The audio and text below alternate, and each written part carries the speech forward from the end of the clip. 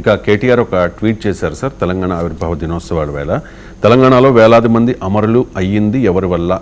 అమరుల స్తూపం నిర్మించాల్సి వచ్చింది ఎవరి వల్ల? కాంగ్రెస్ వల్ల కాదా అంటూ 1952లోనే ఉమ్మడి రాష్ట్రం వద్దని హైదరాబాద్ స్టేట్ ప్రత్యేక రాష్ట్రంగానే ఉండాలని పోరాటం చేస్తోన్న విద్యార్థులపై సిటీ కాలేజ్ వద్ద కాల్పులు జరిపి 6 మందిని బలిగొన్నది కాంగ్రెస్ ప్రభుత్వం కాదా? 1969 నుంచి 71 తొలి దశ ఉద్యమంలో 370 మంది తెలంగాణ బిడ్డల్ని కాల్చి చంపింది కాంగ్రెస్ ప్రభుత్వం కాదా? 1971 పార్లమెంట్ ఎన్నికల్లో 11 స్థానాల్లో అంటే 14కి 11 స్థానాల్లో తెలంగాణ ప్రజా సమితి పార్టీని గెలిపిస్తే ఆ పార్టీని మాయం చేసింది కాంగ్రెస్ కాదా? దేశంలో ఎక్కడా లేని విధంగా ప్రజాస్వామికంగా తమ ఆకాంక్షను వ్యక్తం చేస్తే తెలంగాణను తుంగలో తొక్కింది కాంగ్రెస్ ప్రభుత్వం కాదా? అండ్ లాస్ట్గా 2004లో మాట ఇచ్చి 10 ఏళ్లు తాత్సారం చేసి వందలాది మంది తెలంగాణ బిడ్డలు ఆత్మ బలిదానం చేసుకునే దుస్థితికి సోనియా కారణం కాదా? అంటే తెలంగాణ బలిదేవత సోనియా గాంధీ అని చెప్పి కేటీఆర్ చాలా అగ్రెసివ్గా ఒక ట్వీట్ చేశారు ఎక్స్లో.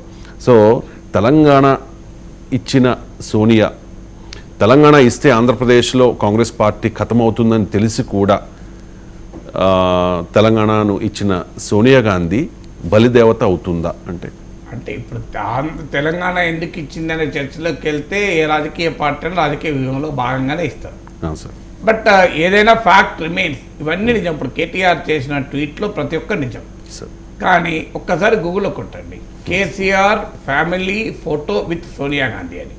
మీ గూగుల్లో కొడుతూ వస్తుంది. గూగుల్ ఇమేజెస్లోకి వెళ్ళి KCR meet Sonia with family అని కొట్టండి వస్తుంది. సో ఎంతమందితో వెళ్ళాడో కేసీఆర్ సోనియాని కలవటానికి మీకు అర్థమవుతుంది. సో సింపుల్ ఎక్సర్సైజ్ కదా. గూగుల్ మా ఉన్నాడు కదా మనకు చెప్పడానికి. సో గూగుల్ ఇమేజెస్లో కేసీఆర్ బహుశా వస్తుంది, నేను చూడలేదు కదా, 100% వస్తుంది. సో అన్ని పత్రికల్లో వచ్చిన ఫోటో మనకు గుర్తుంది కదా.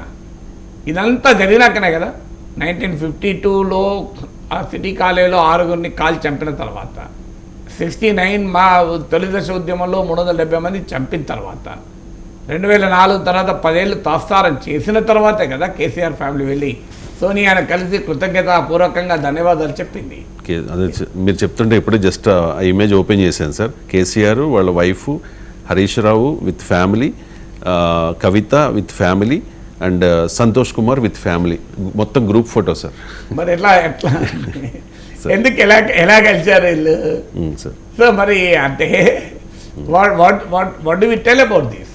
సో అందువల్ల మరి ఇవన్నీ జరిగినాక ఇప్పుడు కేటీఆర్ చేసిన ట్వీట్లో 52, 69, 2004, 2014 వరకు ఇవన్నీ జరిగినా కలిసింది కదా. మరి ఎట్లా కలిశారు? బలిదేవతకు ఎందుకు వెళ్ళి కృతజ్ఞతలు చెప్పారు? బలిదేవత కృతజ్ఞతలు చెప్పారు ఎవరు కదా. బలిదేవత సంగతి ఎందుకు తెలుస్తారు? సో బలిదేవతను కలిసి కృతజ్ఞతలు చెప్పిన మాట నిజం కాదా? తర్వాత కేటీఆర్ ఇంటర్వ్యూలో చెప్పాడు, వేరేటోళ్ళు పక్క పెడదాం. సో మేము విలీనం చేద్దామనుకున్నది నిజం, అయితే తాను పర్సనల్గా విలీనానికి వ్యతిరేకమని కూడా చెప్పాడు అనుకోండి. నేను విలీనం వ్యతిరేకము, కాంగ్రెస్లో విలీనం కనుక చేస్తే తాను రాజకీయాలకే దూరమై తాను హరీష్ రావుకి చెప్పానని కూడా అన్నాడు. సో అదేమైనా కానీ కేసీఆర్ విలీనం చేస్తానని సోనియా గాంధీ దగ్గర వెళ్తే సోనియా గాంధీ విలీనం తప్ప అన్ని విషయాలు మాట్లాడారని, మధ్యలో కేసీఆరే విలీనం ప్రస్తావన తీసుకొచ్చారని, ఆ దిగ్విజయ్ సింగ్ సే బాత్ కరియే అన్నారని, దిగ్విజయ్ సింగ్ ఈ విలీన ప్రతిపాదనకు ఆసక్తి చూపలేదు. ఈ లోపల తెలంగాణ కాంగ్రెస్ నేతలు ఇక్కడ మేమే గెలుస్తాం, అసలు మాకు అవసరమే లేదు అన్నారని ఇవన్నీ కేటీఆర్ ఇంటర్వ్యూలో చెప్పాడు. మరి 52లో 6గురిని చంపి, 69లో 370 మంది చంపి, 2004, 2014లో అంతమంది ప్రాణాలకు పోవడానికి కారణమైన పార్టీలో బీఆర్ఎస్ ఎందుకు విలీనం చేస్తానని లేదు? వెళ్ళకూడదు కదా. బలిదేవత ముందు బలెందుకు చేస్తామన్నారు బీఆర్ఎస్ను? దానికి ఆన్సర్ ఉండాలి కదా. సో అందువల్ల రాజకీయంగా మనకు కన్వీనియంట్గా మాట్లాడుతూ ఉంటాం. So fact of the history ఏంటి? కాంగ్రెస్ పార్టీ చాలా కాలము తెలంగాణ ఏర్పాటుకు వ్యతిరేకంగానే ఉన్నమాట నిజం. అది ఫ్యాక్ట్ ఆఫ్ హిస్టరీ, దాంట్లో కాదని ఎవరనగలరు? సో మీకు తెలంగాణ ప్రజా సమితి గెలిచింది నిజం, కాంగ్రెస్ దాన్ని మింగేసింది నిజం. ఇంకా కేటీఆర్ చెప్పంది కూడా ఉన్నది. టీఆర్ఎస్ను కూడా చీల్చి అందులో చాలామంది ఎమ్మెల్యేలు తన వైపు తిప్పుకున్నది నిజం. రాజశేఖర రెడ్డి కనుక మరణించి ఉండకపోతే ఇవాళ టీఆర్ఎస్ అగ్రనేతలుగా కనబడుతున్న చాలామంది ఎప్పుడో కాంగ్రెస్లో చేరేవాళ్ళు. హనుమాన్ నా పేర్లతో సహా తెలుసు ఎవరెవరు రాజశేఖర రెడ్డితో సమావేశమయ్యారు, రాజశేఖర్తో బేరసారాలు జరిపారు. నాకే కాదు, రాజకీయాల్లో చాలామంది తెలిసింది, సీనియర్ జర్నలిస్టులు అందరికీ తెలుసు. సో ఈ లోపల రాజశేఖర రెడ్డి మరణించడంతో రాజకీయం మారిపోయింది. రాజశేఖర రెడ్డి కనుక బతికే ఉంటే అసలు టీఆర్ఎస్లో ఎంతమంది మిగిలే వాళ్ళన్నది అనుమానాస్పదమే. సో ఇవన్నీ జరిగిన మాట నిజం.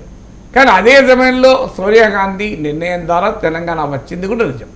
ఇందిరాగాంధీ కూడా తీసుకోని నిర్ణయాన్ని సోనియా గాంధీ తీసుకున్నారని నిజం. సోనియా గాంధీ నేను మాట ఇచ్చాను, ఆ మాట కట్టుబడి ఉంటాను అనే ఒక బలమైన పొలిటికల్ డిసిషన్, తెలంగాణ ఇవ్వడం అనే పొలిటికల్ డిసిషన్ సోనియా గాంధీ నిర్ణయం లేకుండా జరగలేదు. ఇది రాష్ట్ర శాసనసభలో ఆన్ రికార్డ్ కేసీఆర్ సోనియాకు కృతజ్ఞతలు చెప్పాడు. మీరు ఆ పదేళ్ళు బీఆర్ఎస్ అధికారంలో ఉంది కదా, కేటీఆర్ చేసిన ట్వీట్ను అసెంబ్లీలో ఎందుకు తీర్మానం చేయలే? ఇవాళ కేటీఆర్ ఏ ట్వీట్ అయితే చేశాడో దీన్నే అసెంబ్లీలో తీర్మానంగా ప్రవేశపెట్టి తెలంగాణ బలిదేవత సోనియా గాంధీ అనే తీర్మానం కేటీ రామారావు మూవ్ చేసి హరీష్ రావు సెకండ్ చేస్తే అయిపోయింది కదా. అప్పుడు ఏం చేశారు? అసెంబ్లీలో ఆన్ రికార్డ్ కేసీఆర్ సోనియా గాంధీకి కృతజ్ఞతలు చెప్పాడా లేదా? మరి ఇదే తీర్మానం అసెంబ్లీలో ఎందుకు పెట్టలేదు మీరు అధికారంలో ఉన్న సమయంలో? ఇదే ఇప్పుడు ఎంత పవర్ఫుల్గా ట్వీట్ ఉంది కదా. ఈ పవర్ఫుల్ ట్వీట్ను అసెంబ్లీలో తీర్మాన రూపంలో పెట్టుంటే చరిత్రలో you have a standard opinion. Yes, అప్పుడు ఇప్పుడు ఒకే ఒపీనియన్తో ఉన్నారని అంటే సందర్భోచితంగా సోనియాకు ధన్యవాదాలు చెప్తారు. సందర్భోచితంగా సోనియా కుటుంబ సమేతంగా సోనియాని వెళ్ళి కలుస్తారు, కృతజ్ఞతలు చెప్తారు. అసెంబ్లీలో సోనియాకు ధన్యవాదాలు చెప్తారు. ఇప్పుడు మళ్ళీ సోనియా బలిదేవత అంటే దిస్ ప్యూర్లీ పొలిటికల్. అంటే పాలిటిక్స్ను బట్టి మీ ఒపీనియన్ మారుతుంది తప్ప స్టాండర్డ్ ఒపీనియన్ కాదు అని అర్థమైపోతుంది కదా. Right sir, thank you.